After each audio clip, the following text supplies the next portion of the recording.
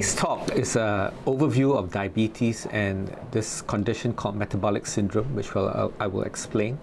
I am a specialist in gastrointestinal and keyhole surgery, and because of my interest in dealing with problems of the stomach, in the last 20 years or so, I've been doing a lot of weight loss surgery as well. And this aspect of my interest has also extended to treating people with diabetes, because we can now offer surgery for diabetes. So today's talk will not be too much of specifics on the management of diabetes, but it's just an overview for everyone to realize the importance of this problem.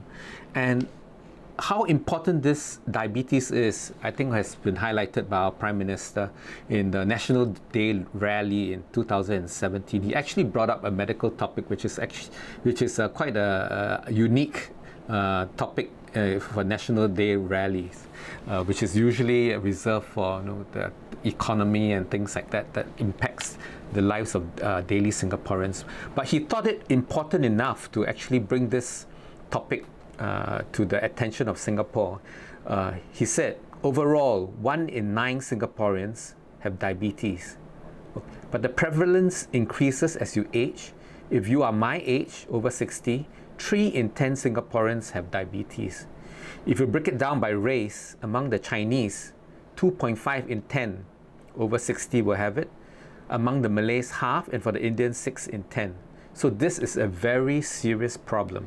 And for the Malays and Indians, he said that this is actually a health crisis. Let's break it down again in this diagrammatic form. So overall, 1 in 9 Singaporeans will have diabetes, may have diabetes. If you're over 60, as you grow older, the prevalence actually increases to 3 in 10. Chinese less than Malays, but Indians, 6 in 10 will have diabetes. If you look at this distribution of diabetes worldwide, you can see that it afflicts almost all the countries. And in Asia especially, it's becoming quite a major problem. If you look at China, this light blue bars are actually the prevalence in year 2000, and the dark blue bars is the predicted prevalence in 2030. If you look at in China, 20% of the population will have diabetes, but in 2030, this prevalence will double to 42% of the population. If you look at India, it's even more frightening. 30% now, and almost 80% in 2030. So diabetes in Asia is becoming a global problem, and majority of all the cases in the world will be happening in Asia, 60% of all the cases. And the countries which are of low and middle income will be worse hit. In China, it's estimated in a couple of years' time, there will be 42 million diabetics. And the experience in China suggests that diabetics are getting younger and younger, and they are getting less likely to be overweight. In other words, you do not need to be overweight to become a diabetic. In Singapore, we now have about almost 500,000 Singapore residents with diabetes. And there are many, many more with this condition called pre-diabetes, or what we call glucose intolerance. In fact, a study in Singapore showed that many of the diabetics, people who actually have diabetes, are undiagnosed. 1 in 3 people who have diabetes are undiagnosed. They are living with the disease, and they can develop complications due to the disease. That emphasizes the importance of screening yourself for diabetes. And of those with diabetes, 1 in 3 who are being treated for diabetes do not achieve adequate blood glucose control. In other words, they continue to see the GPs, they continue to go to the polyclinics for the half-yearly medication top-ups, but they are not adequately controlled. And if you are not adequately controlled, this can result in end organ complications, which we will talk about in a while. So who is at risk for diabetes? We already talked about this. As we age, so increases as you age. Ethnicity, so if you're Indian, if you're Malay, you're more highly likely to get diabetes than if you're Chinese. These are the other risk factors. If you have a lack of exercise, if you're overweight, especially central obesity like this. If you eat unhealthily, eat a lot of carbohydrates, a lot of refined sugars, you are at higher risk for diabetes, or if you have a family history. So if you recognize yourself with any of these risk factors for diabetes, you should certainly consider screening yourself for diabetes. This is a typical picture of a patient with diabetes, which is associated with metabolic syndrome. So what is metabolic syndrome? Metabolic syndrome is a group of conditions related to disordered metabolism. And the typical features are central obesity, like this person here. In other words, the fat is all in the tummy. This is what we call central obesity. And metabolic syndrome is also associated with high blood pressure, hypertension, and high lipid levels or high cholesterol levels. So the Chinese like to say, triple high: high sugar, high blood pressure, high cholesterol. Okay, this is a typical picture of a person with metabolic syndrome. Metabolic syndrome is very important because it increases your risk of getting heart disease, increases your risk of getting strokes. What is the central cause of metabolic syndrome? We now know that insulin resistance is actually the background for all these problems. So insulin resistance leads to diabetes, heart disease, high cholesterol, high blood pressure. As your insulin resistance in your body increases, you progress from being obese to having medical complications and metabolic syndrome, and finally diabetes. And as you progress along this disease progression, your risk of getting cardiovascular disease increases 2 times and 4 times if you have developed diabetes together with metabolic syndrome. What are the other health problems associated with metabolic syndrome? You get heart disease, you can get heart attacks, ischemic heart disease. We talked about this. You can also get problems like dementia. Metabolic syndrome is associated with increased risk of cancer, polycystic ovaries and subfertility, and also increasingly we now know that metabolic syndrome is associated with this condition called fatty liver disease. And fatty liver disease is becoming one of the major reasons for liver failure. So what is diabetes, you might ask? What is the underlying problem with diabetes? Diabetes is a condition where you have a lifelong disease of high levels of blood sugar. The underlying mechanism is an inability to move the sugar into the storage tissues such as fat, liver, or muscle cells. So you're unable to store this sugar in your bloodstream. And the reason why you have this problem is that there is either not enough insulin being produced from the pancreas, or your cells do not respond to the insulin that's produced by the pancreas. And this is what we mentioned just now, insulin resistance. So we all know that there are different types of diabetes. In the past, we commonly talk about type 1 diabetes and type 2 diabetes. The diabetes that we're more familiar with is actually what we call type 2 diabetes, in the sense that the body does not respond correctly to insulin, and there are reduced insulin receptors in the cells. This is usually of adult onset, and this is the type of diabetes that is associated with metabolic syndrome. In addition to type 2 diabetes, you also have this more unusual diabetes called juvenile diabetes or type 1 diabetes. This is an autoimmune condition where the body is unable to make insulin at all. Okay, that these patients are young, they are not obese, they are usually very slim, and they need insulin for life. There's another condition called gestational diabetes, and this is the development of, this is the condition where you get diabetes only during pregnancy. But once you have delivered, the diabetes goes away. But patients who are gestational diabetics, they do have an increase in the risk of developing diabetes as they grow older. We now have classified diabetes into not just type 1 and type 2, but 5 different types.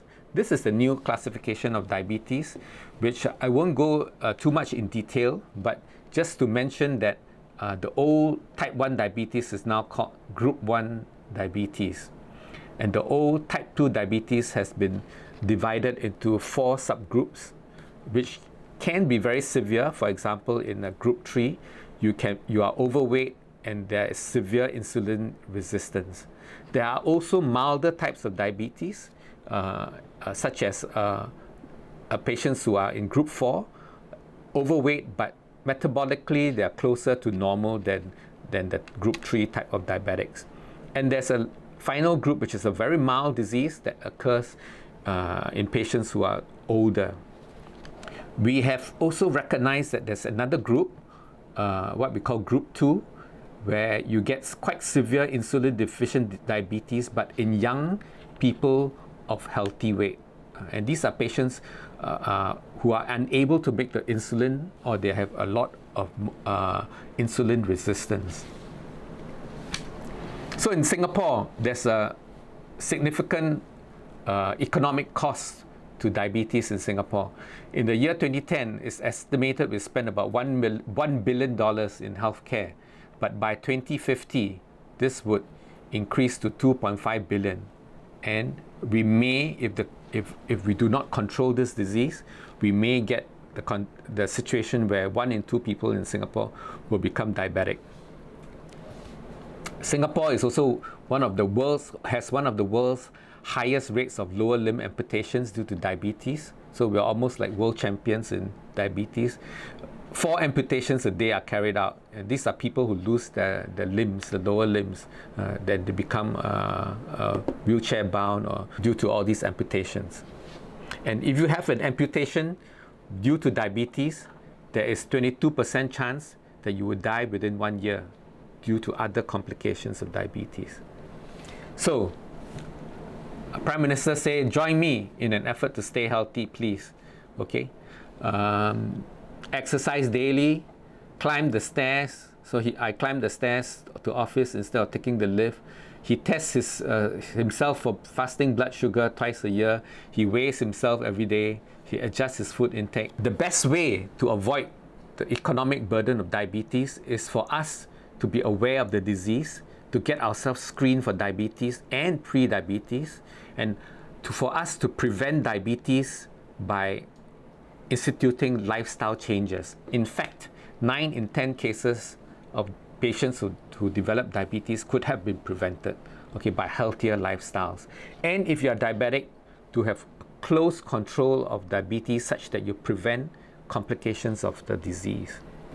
How do we prevent diabetes? Like Prime Minister said, get active. Why? Because exercise makes your muscles use insulin, and that helps you to absorb sugars better. If you exercise, you are more likely to have a healthier weight and you improve your cardiovascular fitness. Eat right instead of eating nonsense in a lot of processed foods and refined sugars that increase the risk of diabetes. Take foods that have low glycemic index, like whole grains. This do not cause big spikes in the blood sugar levels, which stresses the body to your insulin's needs. Stop smoking, because smokers are 30 to 40% more likely to develop diabetes. Try to achieve and maintain a healthy weight. Obesity increases your risk of diabetes by almost 20 to 40 times. Okay, and if you are overweight, if you do lose your weight, if you do even have a 10% decrease in your excess weight, that reduces your risk of getting diabetes by 50%.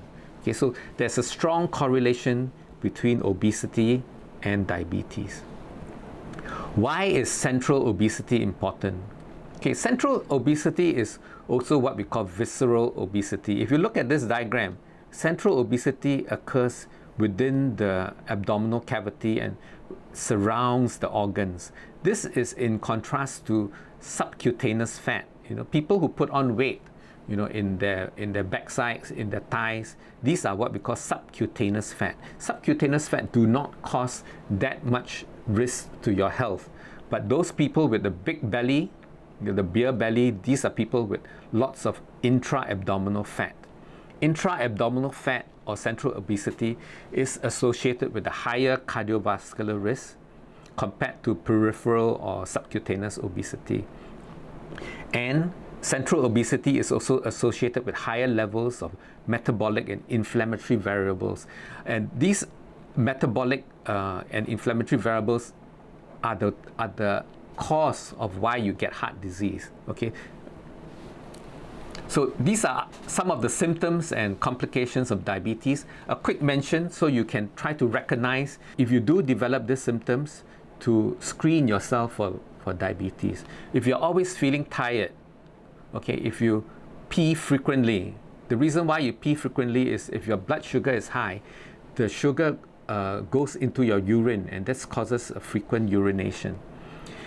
If you're always hungry, if you have sexual problems, you are impotent, if you lose weight very suddenly, if you have wounds that do not heal, your vision starts to be blurred, always thirsty because you're losing a lot of urine, or your limbs, your hands and feet start to feel numb, or you have a tingling sensation.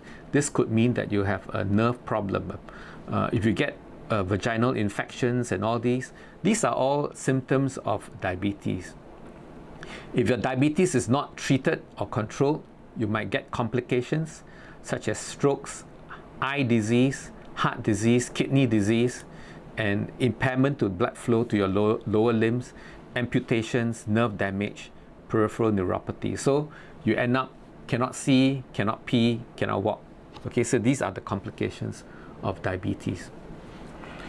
So in order to avoid all these, even if you are not diabetic, you should be aware of the symptoms and be aware of when you should screen yourself for diabetes.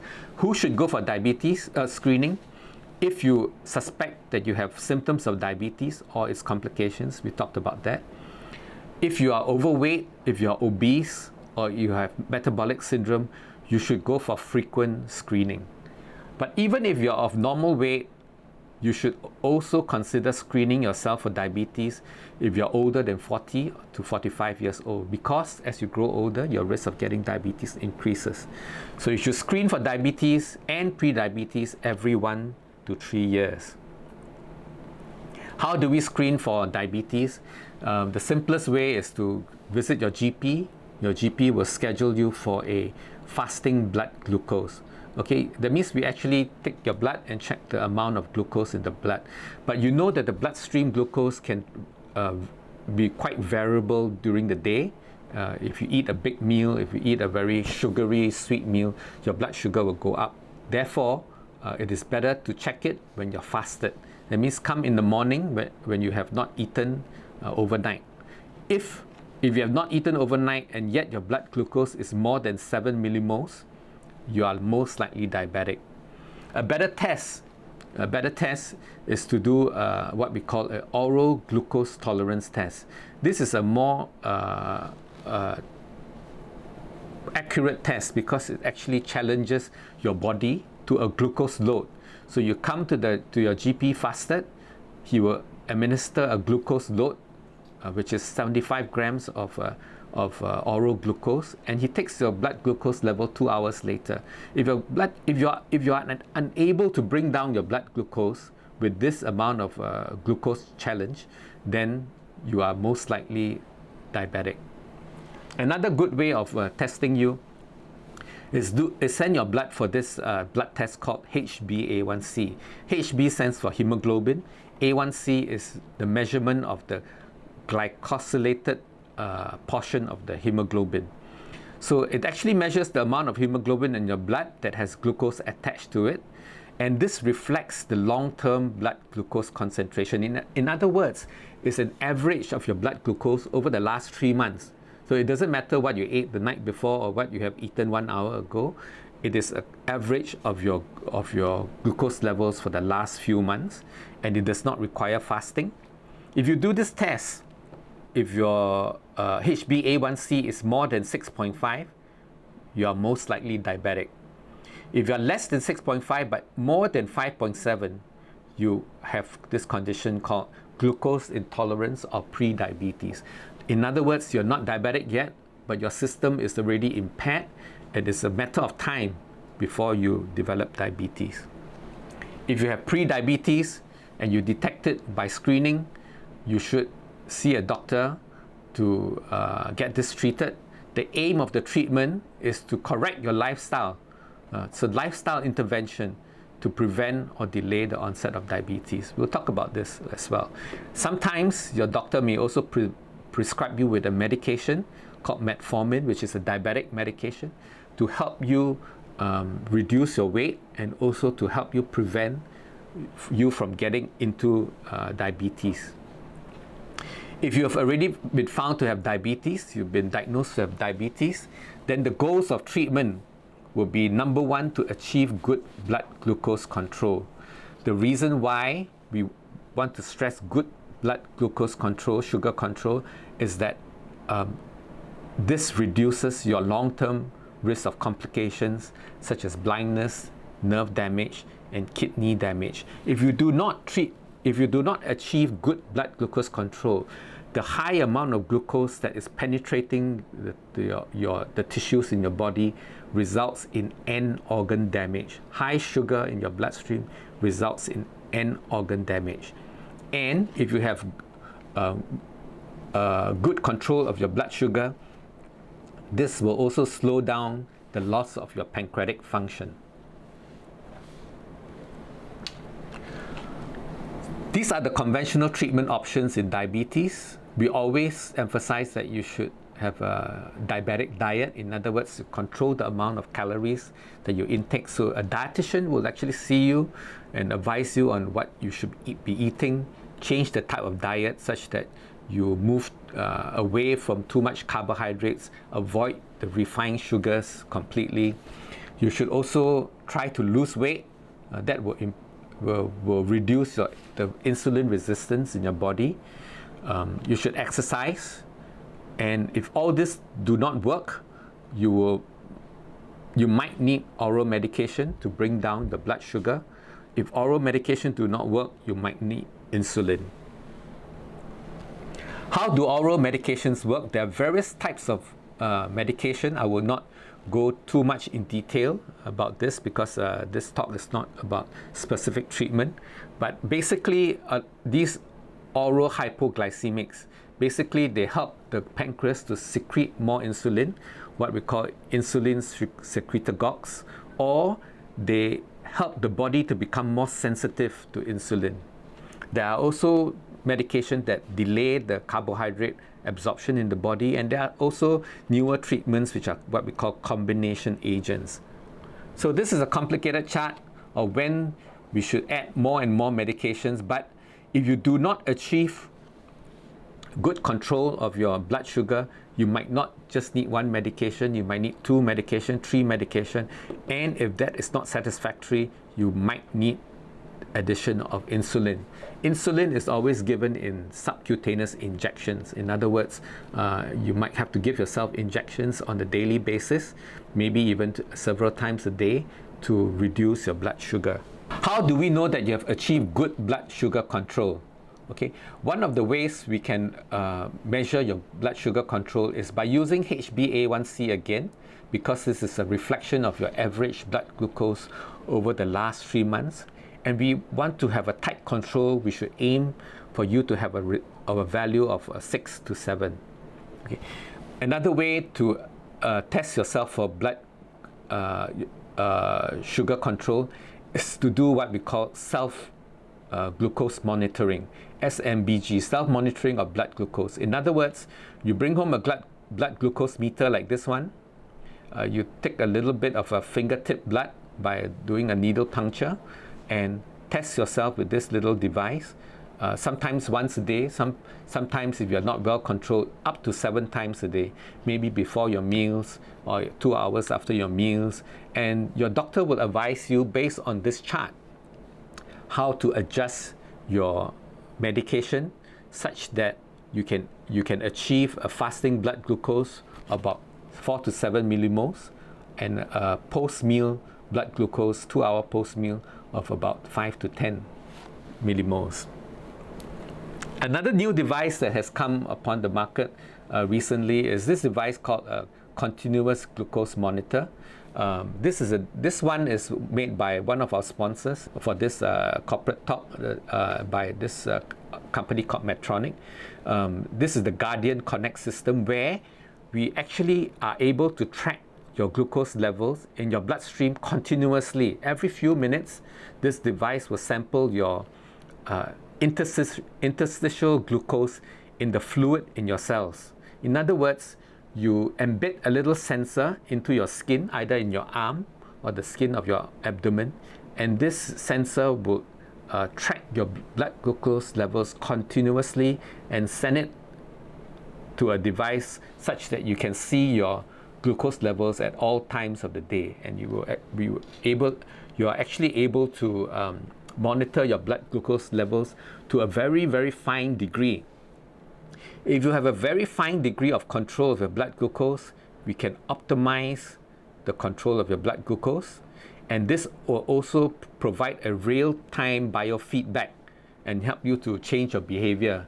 In other words, if you know that every time you eat desserts, you're going to get a high blip, maybe you will learn not to have such a negative behaviors. More advanced models can also tie in these glucose monitors to an insulin pump, and the insulin pump can actually release insulin to your body continuously rather than in several injections over a day. So these are for patients who require very, very fine control of their blood sugar. So typically they are type 1 diabetics or type 2 diabetics who have very bad pancreatic function. So your question is, diabetes is such a complicated disease, lifelong medication, maybe lifelong insulin. Is there actually a cure for diabetes? And the answer is yes, but these are complicated treatments. If you have a type 1 diabetes, in other words, there is absolutely no insulin in your body, then you would require a pancreatic transplant. Okay, this is an example of a pancreatic transplant where your surgeons will harvest a donor pancreas from a dead person, a cadaveric pancreas, and implant it in your body. Very frequently, these patients also will have renal failure because of the diabetes, and very frequently you will require a kidney transplant as well. But these are complicated operations, okay, and very, very few of them have been done locally. Other scientists have also tried to study the what we call pancreatic islet cell transplantation. In other words, instead of transplanting the whole pancreas, we selectively collect the islet cells from the pancreas, which produce the insulin, and inject it into your bloodstream that goes to your liver. But this again is very experimental. The results are actually not great. So for type 1 diabetics, a cure for diabetes is not that easy. What about if you're obese and you're type 2 diabetic? Is there a cure for you? And the answer is, increasingly we have realized that weight loss surgery, or what we call bariatric surgery, may become the answer to a treatment for metabolic syndrome. And now we even call this operation a metabolic surgery. My interest in doing weight loss surgery has been for about 20 years. I put up this picture to show you a patient that we did 20 years ago in Tan Tock Seng Hospital. In fact, he was the first patient in Southeast Asia to undergo this procedure called Swedish adjustable gastric banding. Now, this is a little silicone band that we inserted around his stomach for him to lose weight. Okay, we seldom do this operation now because we have much better alternatives. But I want to put this picture up to show you what a typical patient that undergoes weight loss surgery looks like. His BMI will be about 40. Okay, and this is certainly a very good example of a candidate which will do very well with weight loss surgery. Increasingly, we have also realized that when people start to lose weight, their comorbidities such as diabetes will also start to become reversed. And these are long-term results that can be very predictable and can be very sustainable. In fact, Professor Walter Porys said in 1992, that's quite some years ago, almost 30 years ago, He was famously quoted, "Who would have thought it? An operation proves to be the most effective therapy for adult onset diabetes." In other words, if you are type 2 diabetic, there may be an operation for you to reverse diabetes. So this operation that we do now, where the indication is to reverse diabetes, we no longer call it bariatric surgery or weight loss surgery. We call this metabolic surgery.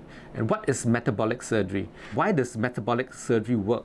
We now realize that the gastrointestinal tract has a very critical role in the regulation of your blood glucose, in your fat metabolism, in the control of your appetite and your body weight.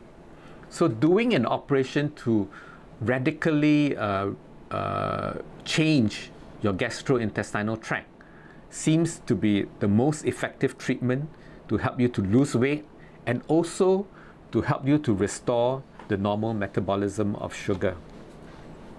These are two types of metabolic surgeries that we do for patients with diabetes. In America, this operation is very popular, what we call the gastric bypass. I think you may have heard about famous celebrities that undergone surgery for gastric bypass to lose weight, like the late Maradona. He underwent a gastric bypass. But in Singapore and in a lot of countries, increasingly we are also adopting this procedure called the sleeve gastrectomy. In the sleeve gastrectomy, basically we do a stapling procedure to make your stomach smaller and convert it into a sleeve, a tube, instead of a big bag. Okay, this is what we call a sleeve gastrectomy. This operation is done laparoscopically, in other words, using a keyhole surgery. You stay in hospital typically for about 3 nights. You start to drink 1 or 2 days later, and you're on liquid diet for 1 week. After that, you should start taking back normal diet. In this operation, we remove this part of the stomach and convert the stomach into a tube. And what happens when we do this operation?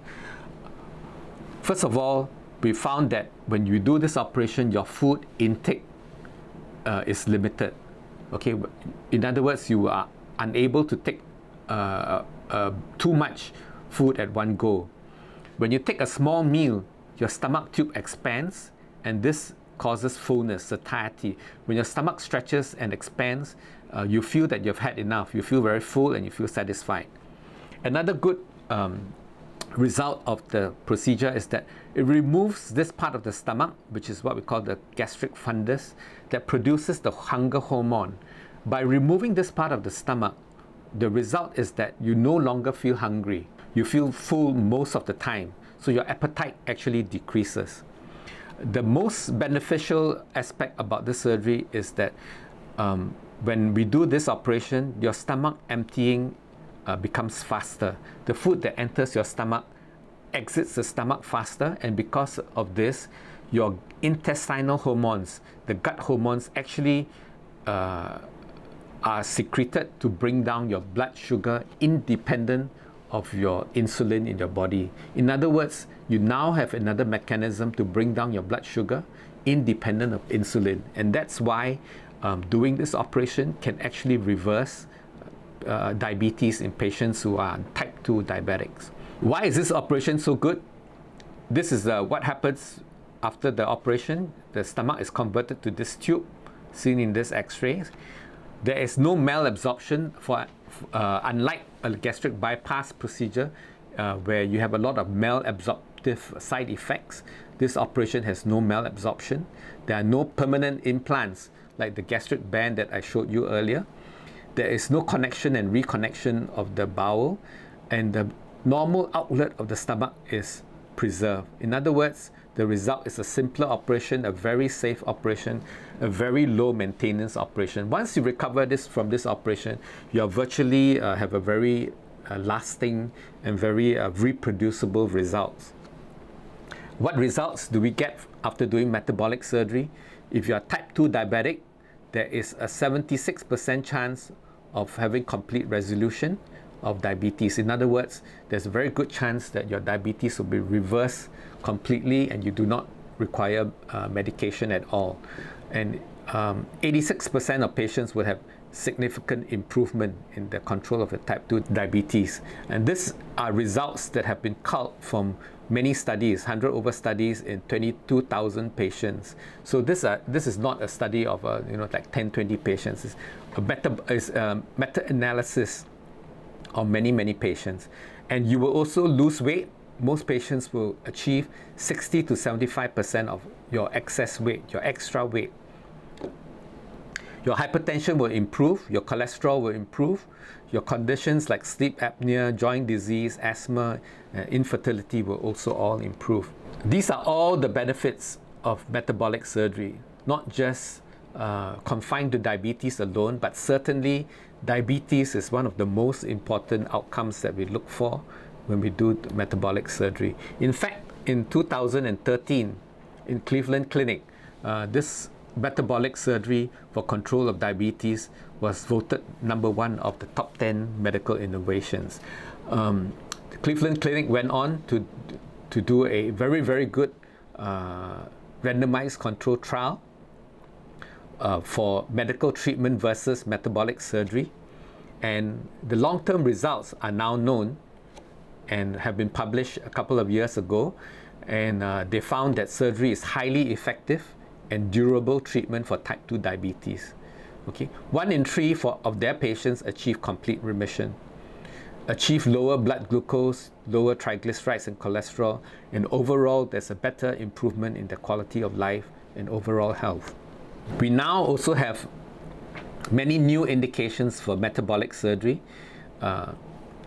Patients who are diabetic but are not morbidly obese, in other words, they do not have obesity, they are slightly overweight, or even if they're normal weight, the US FDA has given the approval for metabolic surgery in low BMI patients. It's been found to be safe. It's also been found to be effective. We are also now doing metabolic surgery to prevent diabetes in patients who are obese but not yet diabetic. So if you're obese and we do the operation for you, we found that it helps to prevent the onset of diabetes by 80%. And in patients who have diabetes, after doing metabolic surgery, we found that this delays your onset of complications by almost 9 to 10 years. In other words, we will reduce your risk of getting complications due to diabetes. So who is a good candidate for surgery if you are diabetic? If you are diabetic and you find that you are poorly controlled, instead of needing just diet control and 1 medication, you start to need 2 medications, 3 medications, maybe even requirement for insulin, then you should consider surgery early rather than late. You should consider surgery before you run into complications of diabetes like end organ failure. The younger patients do better. And for Asians, for example, if you're overweight or if you're obese, your BMI is more than 27.5, this has been the recommendation for a good candidate for surgery. So to conclude our talk, these are the learning points I hope you can remember and take away with you. Diabetes can be prevented.